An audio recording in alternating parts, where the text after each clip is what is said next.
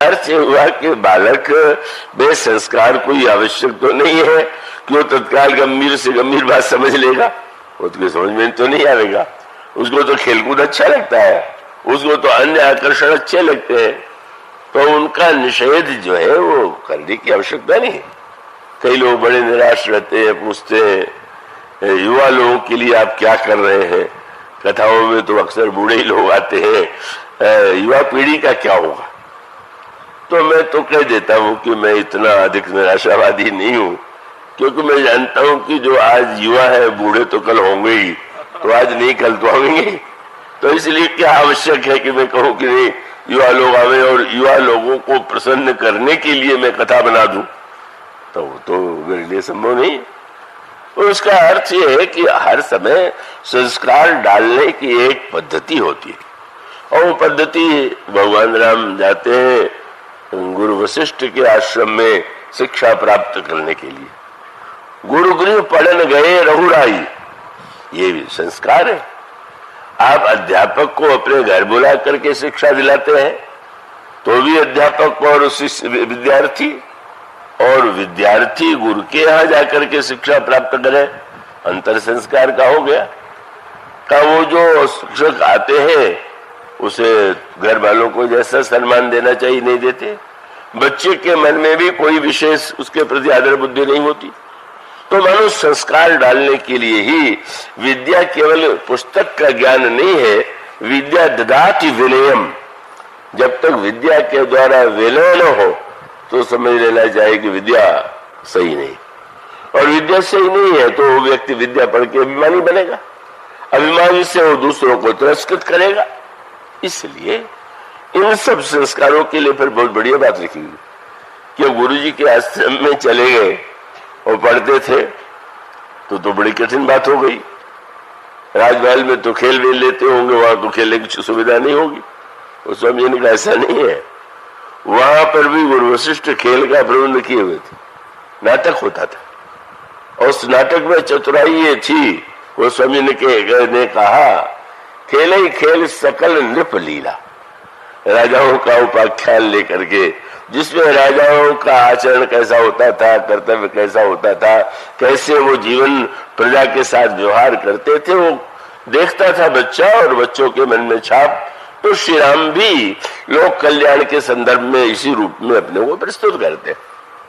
तो ये जो संस्कार की बात है ये बड़े महत्व की है, पर ये अवश्य है कि वो संस्कार किस पद्धति से डाला जाए वो लोग नहीं जानते। वो संस्कार डालने के लिए भी डालने वाला भी तो योग्य होना चाहिए, विवेकी होना चाहिए। वो संस्कार को अगर बोझ बना देगा, दबा देगा तो और उसको विद्रोह उत्पन्न होगा। तो गोस्वामी जी के जीवन में जो संस्कार गुरुदेव ने डाल दिया, थोड़े दिनों के लिए एक विवाह के बाद लगा कि वो शायद मिट गया, पर गोस्वामी जी ने दुआवली में कहा कि बच्चे को अगर लड़कपन में तैरना सिखा दे तो बहुत अच्छा। तो दूरगामी अर्थ है उसका, लड़िकाई को तैरिबो तुलसी बिसर न जाए। बच्चे को तैरना सिखा दिया गया तो क्या वो सदा तालाब में या नदी में रहेगा क्या? चलना तो उसे सड़क पर ही पड़ेगा, चलना तो उसे और अन्य मार्गों से भी पड़ेगा। लेकिन हाँ, जिस दिन कभी बाढ़ आ जाएगी, नदी में नहाते समय स्थिति आएगी, तो उसका जो तैरने के सीखने की बात है वो उसके लिए सहायक बन जाती है। इसीलिए वो व्यंग गाथा तो आपने सुनी होगी, जब एक पंडित नाविक से पूछने लगे नाव में बैठ के, तुमने बाल्यावस्था में कितनी कक्षा तक पढ़ा? उसने कहा महाराज मैं तो अपढ़ हूं। अरे तब तो तुम्हारा चौथाई जीवन गणित बढ़ता गया। उन्होंने कहा कि तुमने कुछ धन एकत्र किया? महाराज रोज कमाता खाता हूं। आधा जीवन व्यर्थ चला गया। तुमने कोई शिक्षा पाई? कोई शिक्षा भी कहाँ मिलती। तुम्हारा 3 हिस्सा जीवन व्यर्थ चला गया। पर अचानक आंधी आई, नाव जब डूबने लगी तो उस मल्लाह ने पूछा पंडित जी तैरना जानते हैं कि नहीं? पर वो तो नहीं जानते। तो मेरा तो 3 हिस्सा जीवन गया था, आपका पूरा जीवन जाएगा। उसका अर्थ ये है कि वह कला जो बचाने की है वो रोज काम नहीं आती, पर जिस दिन संकट होता है उस दिन आती है। तो लड़िकाई को परिबो तुलसी विसर न जाए, वो गोस्वामी जी के लिए राम कथा का वह संस्कार, श्री राम की भक्ति का वह संस्कार, श्री राम की नाम की महिमा का वह संस्कार मानो पुनः चैतन्य हो गया, जागृत हो गया। और इस तरह से गोस्वामी जी ने उन स्थितियों का अनुभव किया और इसीलिए काम की वृत्तियों की समस्या का इतनी विस्तृत वर्णन आपको मानस में और विनय पत्रिका में मिलेगा। उससे स्पष्ट हो जाता है कि गोस्वामी जी की अनुभूतियां उससे जुड़ी हुई हैं और इस दोहे में जो मांग है उस मांग के पीछे भी वह वृत्ति है कि क्योंकि उन्होंने जीवन में उसका अनुभव किया। इस तरह से जो राग का एक और एक काम की दिशा में अभिमुख हुआ था वो श्री राम की दिशा में मुड़ गया और श्री राम की दिशा में मुड़ जाने के बाद स्वाभाविक है कि गोस्वामी जी श्री राम कैसे मिलेंगे, कहाँ मिलेंगे, इसकी व्यग्रता उनके हृदय में उत्पन्न हुई। ईश्वर को पाने की जो उत्कंठा पत्नी के मिलन की थी वह भगवान के मिलन की उत्कंठा में बदल गई और उसके बाद वह गाथा आपने सुनी होगी। गोस्वामी जी नित्य जाते निवृत्त होने, बर्तन में बड़े लोटे में जल लेकर के, जल अधिक होता और लौटते समय वह एक बबूल का पेड़ था उसमें डाल देते सहज भाव से, पर कहते हैं उस बबूल में एक भूत रहता था। नित्य वो देते थे तो कोई ये समझ के नहीं, वो भूत पूजक तो थे ही नहीं, वो तो ऐसे डालते थे, लेकिन भूत हो गया प्रसन्न। और प्रसन्न होने के बाद एक दिन वो तुलसीदास जी के सामने प्रकट हो गया और कहा कि आपने इतने दिन मुझे तृप्ति दी है, जल पिला करके आप क्या चाहते हैं? तो उन्होंने कहा कि मैं भगवान राम का दर्शन चाहता। तो भूत ने यही कहा कि महाराज भगवान के दर्शन की बात और भगवान का दर्शन मुझे हुए होता तो मैं भूत ही क्यों होता, लेकिन आपने इस बात पर ध्यान दिया। धन्य है तुलसीदास, क्या कि उन्होंने भूत से भगवान को मांगा और विचित्र है हम लोग की भगवान से भूत मांगते। यही मनुष्य के जीवन की विडंबना। इसका अभिप्राय हम वही वस्तुएं मांगते हैं जो भूत होने वाली, जो स्थिर नहीं है, जो वास्तविक नहीं है। मानो मांग भी तो सीखना चाहिए। हम क्या मांग रहे हैं? रावण के सामने तो शंकर और ब्रह्मा दोनों आए, पर वो नहीं जानता था कि क्या मांगना चाहिए। इसलिए जब पार्वती जी ने शंकर जी से पूछा कि रावण ने आपसे क्या मांगा, तो उन्होंने कहा रावण मरण मनुष्य कर जाता। रावण ने मनुष्य के हाथ से मृत्यु मांगी। पार्वती जी को आश्चर्य हुआ, इतनी बड़ी साधना करने का उद्देश्य मनुष्य के हाथ से मरना है? उन्होंने कहा कि नहीं, अपनी समझ से तो अमर होना चाहता था, लेकिन ब्रह्मा को जब सामने देखा उसने कि अकेले शंकर नहीं आए हैं, क्या ब्रह्मा भी आए हुए हैं, इसका सांकेतिक अर्थ है कि शंकर विश्वास के रूप और ब्रह्मा बुद्धि के देवता है। बुद्धि सच्चित अहंकार शिव बुद्धि मन सच्चित्तमान। तो शंकर जी भोले भाले, बड़ा प्रसिद्ध शब्द है उनके कि बड़े भोले भाले। तो जो विश्वासी और भोला भाला होता है उसके ठगे जाने की संभावना होती। तो ब्रह्मा को साथ में ले आए तो रावण सोचने लगा कि अब थोड़ी असुविधा हो गई। शंकर जी से जितना मांगना सरल है, ये बुद्धिमान साथ आ गए, ये कठिनाई उत्पन्न करेंगे। पर अभिमान उसका इतना बड़ा था, कोई चिंता नहीं। क्या हुआ, दोनों आ गए हैं, फिर भी मुझसे तो बुद्धि में छोटा ही है। क्यों? ब्रह्मा के 4 सिर, शंकर जी के 5 सिर, दोनों मिल भी जाए तो 9 ही है। मेरा 10 सिर है तो 1 सिर और बुद्धि अधिक है, मैं कोई चिंता नहीं करता।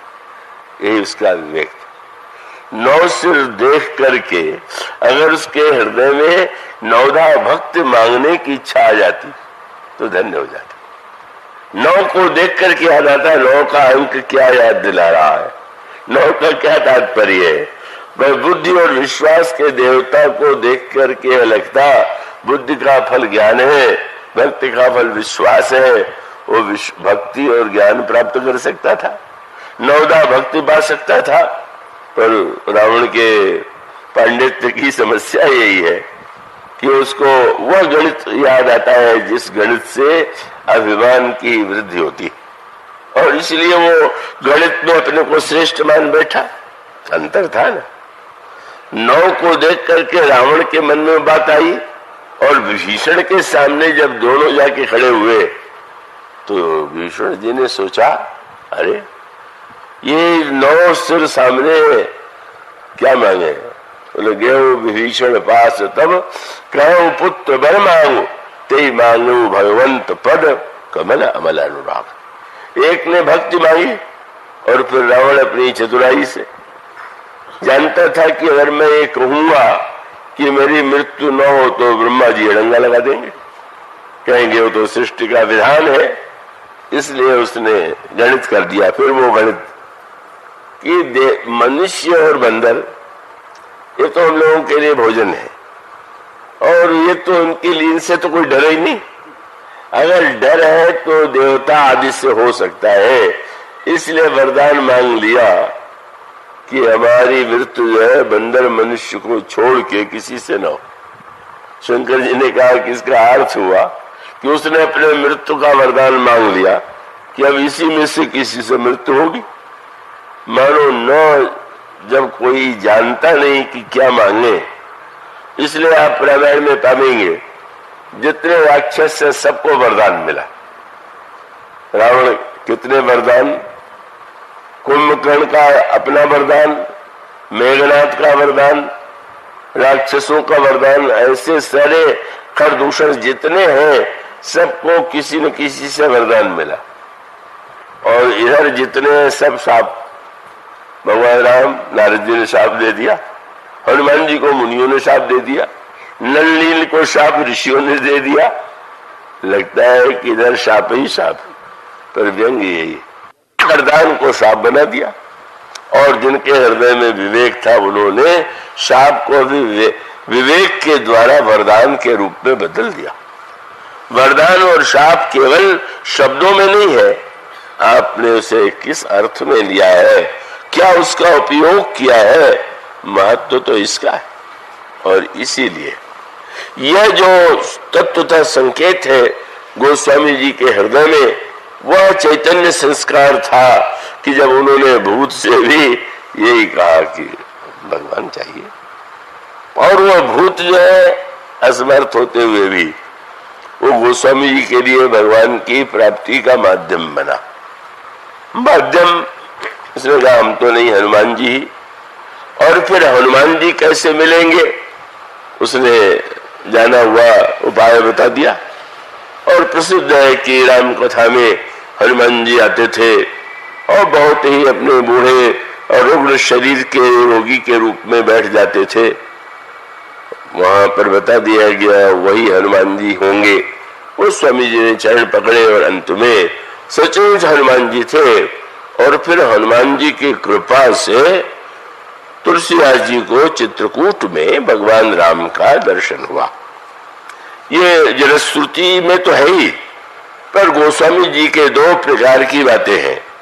तुलसीदास जी के विषय में कुछ तो हुआ है जो कि पुस्तकों में आपको मिलता है, और कुछ संकेत हुआ है जो तुलसीदास जी के स्वयं ग्रंथों में जो अंत साक्ष्य उसमें मिलता है। तो चित्रकूट में भगवान ने उनको दर्शन देकर के कृपा किया। इसको उन्होंने, इसकी स्वीकृति उन्होंने विनय पत्रिका में दी। और जब कभी एक दिन मल व्याकुल हुआ तो यही वे कहते हैं विनय पत्रिका में आपको मिलेगा, तुलसी तो को कृपालु जो कियो कौशल पालु चित्रकूट को चरित्र चेत चित करिस। अरे तुलसीदास, तुझे तुम्हारे लिए प्रभु ने जो चरित्र किया था तुम उसका स्मरण करो। और वो 2 बार उन्हें दर्शन हुआ। 2 राजकुमारों के रूप में जब उन्होंने देखा तो वे नहीं समझ पाए कि श्री राम लक्ष्मण है, हनुमान जी ने पूछा तो उन्होंने कहा मैंने तो राजकुमार समझ करके आंखें बंद कर ली। मानो भगवान के दर्शन के लिए हनुमान जी की कृपा के साथ साथ दृष्टि भी तो चाहिए। और तब वह प्रसिद्ध दोहा जो जन श्रुति में लोक में प्रचलित है, जब वो चित्रकूट के मंदाकिनी घाट पर बैठ करके स्नान करते हैं, चंदन घिस रहे हैं और दो बालक सामने आते हैं, श्री राम लक्ष्मण थे, और वे जब उन्होंने कहा बाबा मेरे मस्तक में भी तिलक लगा दोगे, बड़े प्रसन्न हुए। चंदन लगाने चले पर तुलसीदास जी को लगा कि बालक समझ न ले, इसलिए दुआ आपने सुना होगा चित्रकूट के घाट पे, भाई संतन की भीड़ और तुलसीदास चंदन घिसे तिलक देते रहोगी। इस तरह से मानो उन्होंने काम की इस व्याकुलता के बाद श्री राम को पाया, श्री राम का दर्शन हुआ। और इसका एक परिणाम क्या है जो बड़े महत्व की बात है कि जब हम वाल्मीकि रामायण में पढ़ते हैं तो यही लगता है कि त्रेता युग में क्या भगवान श्री राम पधारे, और भगवान श्री राम त्रेता युग में आने के बाद फिर 11 या 13 हजार वर्ष तक यश लीला में राज्य कहते हैं और फिर वो स्वधाम में चले जाते हैं। तो अब इसका अर्थ क्या हुआ कि आज के युग के व्यक्ति के लिए तो भगवान त्रेता युग में हुए थे और भगवान त्रेता युग में होने के बाद चले गए, तो उनकी गाथा पढ़ के हमको आनंद आ सकता है, सुन के अच्छा लग सकता है, लेकिन वो अब प्रत्यक्ष तो नहीं है, सामने नहीं है हमारे। लेकिन गोस्वामी जी को जो उनके जीवन का एक महान आग्रह था, महान सत्य था, और जो संदेश उन्होंने सबको दिया, ये मत मानो कि श्री राम चले गए इसलिए आपने ध्यान दिया।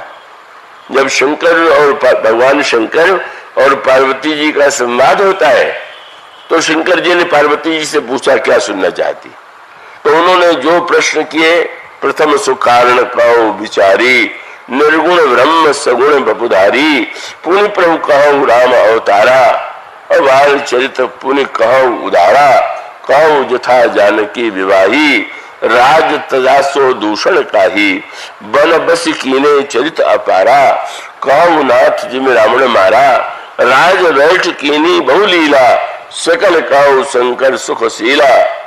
एक था, लेकिन अगर अंतिम प्रश्न था बहुरी कहो करुणायतन कीन जो अचरज राम, प्रजा सहित रघुवंश श्रवण किम गौने निज धाम। आप ये कृपा करके बताइए कि अंत में सुना है कि भगवान सारी प्रजा को लेकर के अपने धाम में चले गए, ये अंतिम प्रश्न था। शंकर जी ने पूरी कथा सुनाई पर अंतिम प्रश्न का उत्तर रामायण में नहीं। अब इसमें विशेषता ये है कि भगवान शंकर ने पूरी कथा सुनाने के बाद पार्वती जी से कहा अछुक राम गुण कहूं बकानी, अब का कहूं सुख सयानी या भवानी। मैंने कुछ भगवान राम का चरित्र सुनाया, अब क्या और कुछ सुनना चाहती?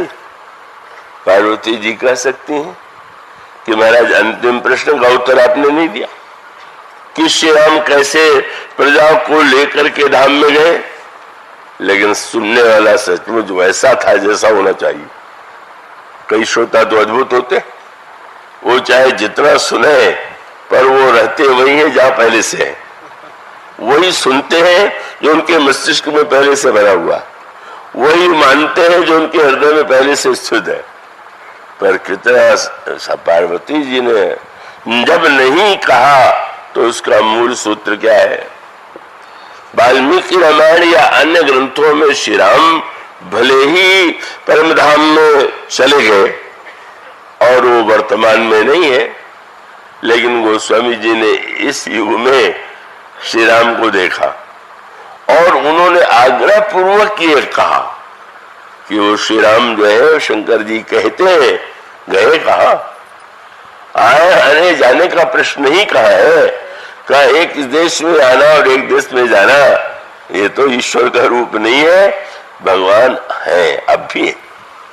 यह ऐसी शक्ति थी यह ऐसी दृष्टि थी जो गोस्वामी जी से पहले किसी ने नहीं दी थी। क्योंकि नहीं इसलिए दी थी नहीं कि वाल्मीकि जी तो उस काल के हैं, उस प्रसंग में उनके लिए यह लिखने से उनके लिए ठीक है कि भगवान ने कार्य किया और चले गए। लेकिन गोस्वामी जी जो सबसे बड़ा आश्वासन देते हैं, और ये सबसे बड़ा महत्वपूर्ण उनका अवदान है कि आप भगवान राम को इतिहास की पुरातन वस्तु न समझ लीजिए कि वे पहले कभी थे और अब नहीं। केवल उनकी कथा पढ़े और सुनेंगे इतना नहीं, उनका राम है, अब भी है। और इसीलिए यह जो सूत्र है, यह जो आग्रह है, अगर व्यक्ति यह समझ ले कि श्री राम तो अब भी है।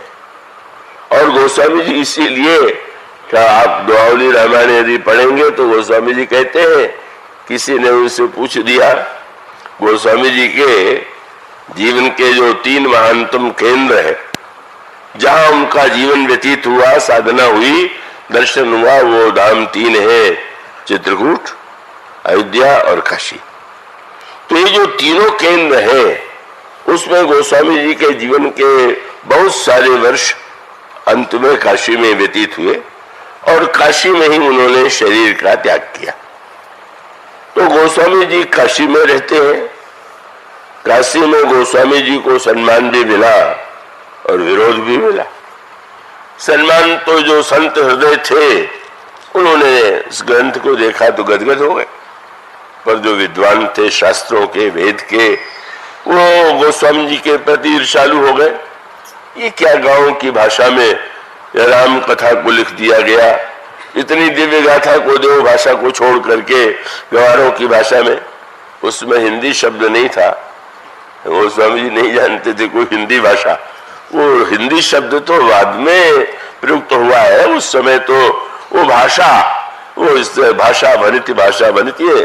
तो गोस्वामी जी जो है उस समय बड़ी ईर्ष्या, बड़ा विरोध, और उसके लिए इतने प्रकार के कष्ट उन्हें भोगने पड़े, उसका संकेत भी कवितावली आदि के ग्रंथों में मिलता है। तो गोस्वामी जी स्वाभाविक रूप से कभी कभी चित्रकूट से काशी में रहते रहते फिर उनको ध्यान आता था। जब वो कहते हैं मैंने पत्रिका पढ़ी है, तो गोस्वामी जी कहते हैं अब चित्त चेत चित्रकूट ही चलो। अरे भाई चित्त आओ चलो चित्रकूट चले। और कोपित कली लोपित मंगल मग बिलसत बढ़त मोह माया मल।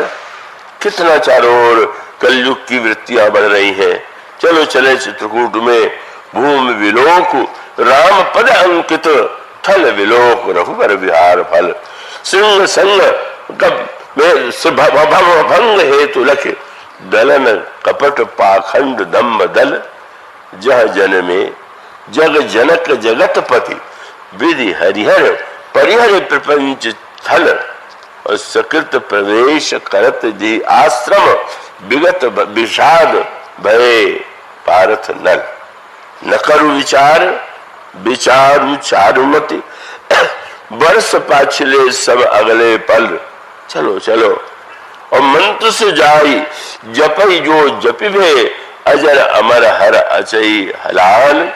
तुलसी तो ही विशेष बूझिए, एक प्रतीति प्रीति एक ही बल। ये विनय पत्रिका का पद है। इसमें उनकी बेचैनी चित्रकूट जाने की मिलती। पूछा होगा किसी ने, काशी में रहते हैं तो यही रहे, चित्रकूट क्यों चले जाते हैं? जाते और फिर लौट जाते थे। तो गोस्वामी जी ने ग्रामों में जो प्रचलित धारणा है उसका आश्रय लेकर के अपनी बात रखी। सांप और न्योले का बैर तो प्रसिद्ध है, और सांप तो विषैला है, मनुष्य को काट ले तो मनुष्य मर जाता है। तो स्वाभाविक प्रश्न है कि न्योले को काटता होगा तो क्या उस पर विष नहीं चढ़ता होगा? अब उसका एक दो भिन्न रूप है, पर गांव में ये मान्यता है कि न्योले को जंगल की एक ऐसी जड़ी का पता है जो मनुष्य नहीं जानता, और जो ही सांप उसे काटता है वो जंगल की ओर थोड़ी देर के लिए भागता है, उस जड़ी को खा करके सूंघ करके आता है और फिर सांप को हरा देता है। तुलसीदास जी ने अपने संदर्भ से ये कहा कि भव भुजंग, ये संसार के दुर्गुण जो है तो सर्प है। और तुलसी नकुल, तुलसीदास नेवला है और संसार के दुर्गुण सर्प। तो भव भुजंग तुलसी नकुल डसत ज्ञान हरि ले। जब ये भव भुजंग डसता है तो ज्ञान हर लेता है। तो मैं कहा जाता हूं, कौन सी दवा? बोले चित्रकूट एक औषधि चितवत होत सचेत। चित्रकूट ही वो दवा है कि जा करके नई शक्ति लेकर के लड़ता हूं, आकर के फिर से इस बुराई के विरुद्ध। तो चित्रकूट की महिमा सुन के किसी ने कहा होगा कि चित्रकूट का ऐसा क्या महत्व है, भगवान आए और 12 या 13 वर्ष यदि रह गए तो आज भी आप चित्रकूट को इतना महत्व क्यों देते हैं? तब गोस्वामी जी ने जो लिखा वो हम सब लोगों के लिए परम प्रेरक। गोस्वामी जी ने यही कहा। कौन कहता है कि चित्रकूट में भगवान राम रहते थे? चित्रकूट में बसत प्रभु, अब भी रहते। यह वही कह सकता था जिसने स्वयं चित्रकूट में उनको देखा, जिसने उनका दर्शन पाया। उसने कहा कौन कहता है कि रहते थे? वो तो रहते हैं। महाराज हम तो गए चित्रकूट, किसी ने पूछा हमको तो नहीं मिले। बोले उनको देखने के लिए तो दृष्टि चाहिए और वो दृष्टि तुम्हें नहीं होगी। वैसे तो उस काल में रावण था और रावण नहीं देख पाया, तो महाराज वो दृष्टि कैसे मिलेगी? चित्रकूट में बसत प्रभु नित्य लखन समेत राम नाम जप जाचक नहीं तुलसी अभिमत देत। एक बार राम नाम का एक आश्चर्य करके जप करो प्रेम से, श्रद्धा से, भावना से, चित्रकूट में प्रभु तुम्हें दिखाई देने लगेंगे, दर्शन देने लगेंगे।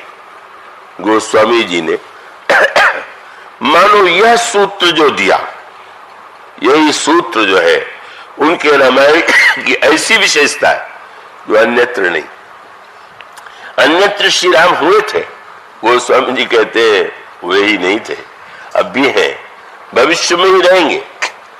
और इसलिए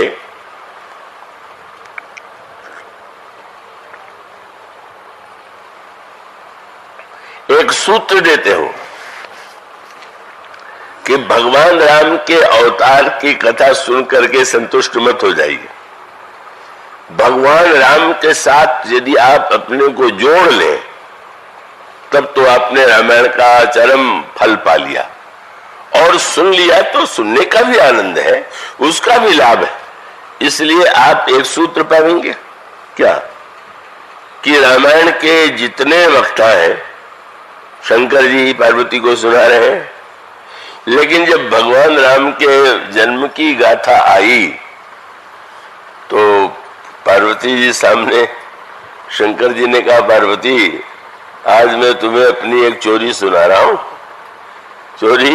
बोले सती रूप में बात छिपा ली थी, पर वो चोरी तो आज बताऊंगा। क्या? बोले जब श्री राम का जन्म हुआ, यही भक्त शास्त्र की विशेषता।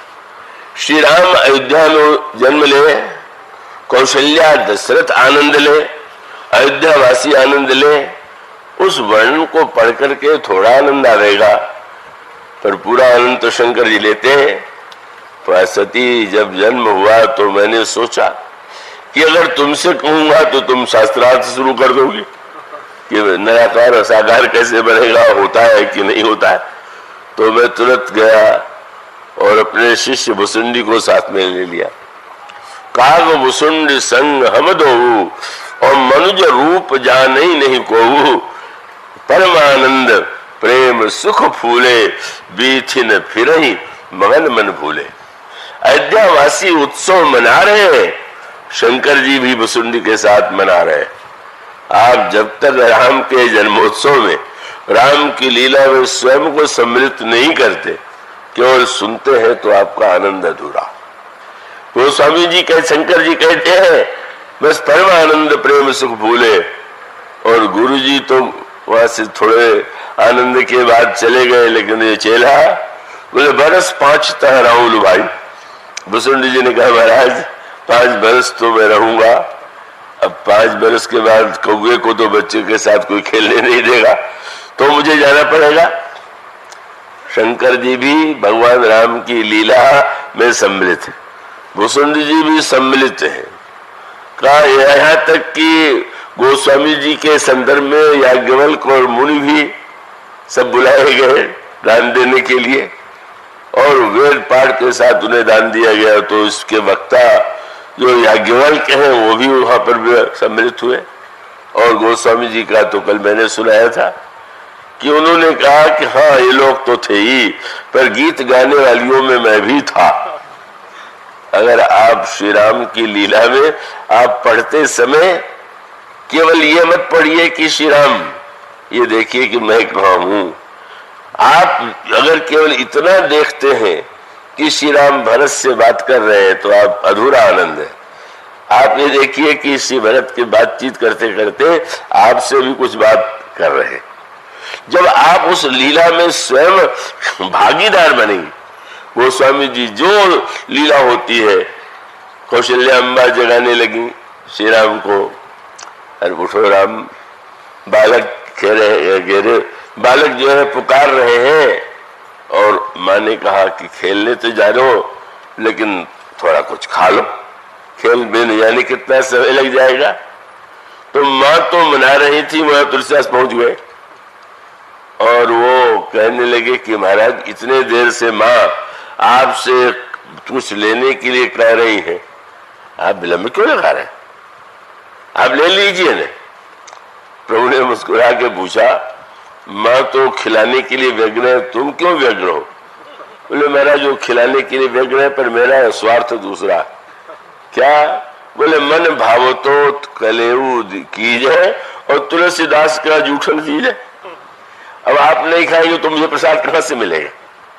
मानो भक्त हर लीला में जब अनुभव करने लगता है कि हम भगवान के साथ हैं, भगवान के साथ हंस रहे हैं, खेल रहे हैं, लीला में भाग ले रहे हैं, ओ स्वयं इतनी दिव्य अनुभूति।